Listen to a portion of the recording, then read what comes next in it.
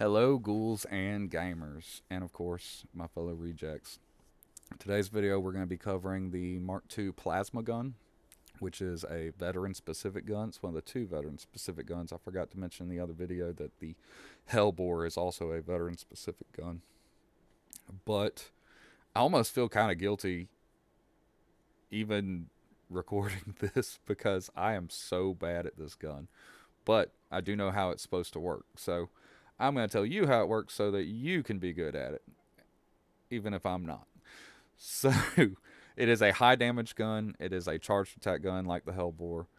Uh, the special action is not a bash, it is a vent heat, which essentially the plasma gun builds heat, kind of like a Psyker builds peril.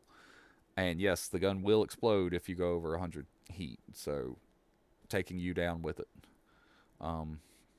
The hip fire is a projectile, and the braced is also a projectile, but there is a slight difference between the braced and the hip fire. So let's go ahead and get in here. We got a lot to cover on this one, a lot of cool little tricks you can do with this. So let's take a look at it.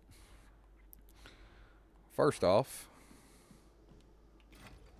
let's go ahead and do the hip fire. So the hip fire, you can just pull the trigger, puts out 450, and that's it. That's as much as you can charge it right there. You can't get a big charge out of it, but it gives you a lot less heat than the braced fire. Go ahead and show you the special action, which is vent. Like to show you that the special action does hurt you, and that is not toughness damage. That damage goes straight to your health. This damage starts or stops at 40, so it only hurts you over 40 charge. So if you're in a bind and you need to reduce some charge, you can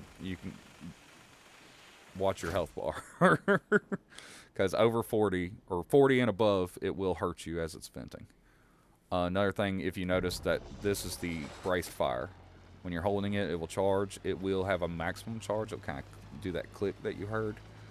But even if you continue holding it, it will continue building heat. So be careful with that. But the damage is crazy. Look at that. Also, the charged blast, as you notice, it builds a lot more heat. A lot more heat. So watch your heat levels when you're using this gun. Because if you just go crazy and you go pulling this trigger and you don't watch yourself, you will explode. It will drop you. And just like the Psykers, where he drops himself, it will hurt everything around you.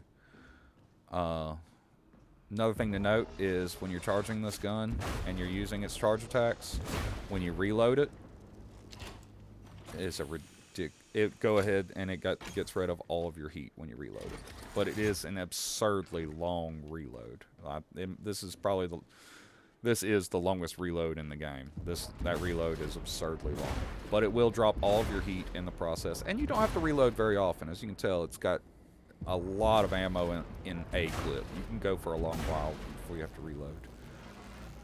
Another thing, it will passively reduce heat. So if you get your heat high and you need to just change over to your weapon, it will go ahead and be reducing heat as you're fighting things with your sword. So that's a good trick to know as well. Keep that in mind. If you're in the middle of doing stuff and all of a sudden you need to switch over and start fighting, go for it. And your heat will reduce, and then you can switch back and start shooting. So yeah, I believe that is everything. It does have pierce, so that's another thing to keep in mind. But the biggest benefit in my mind is just the damage output of it. It goes through these guys. It kills most things, and it hurts these big fellas real bad, which is hard to do.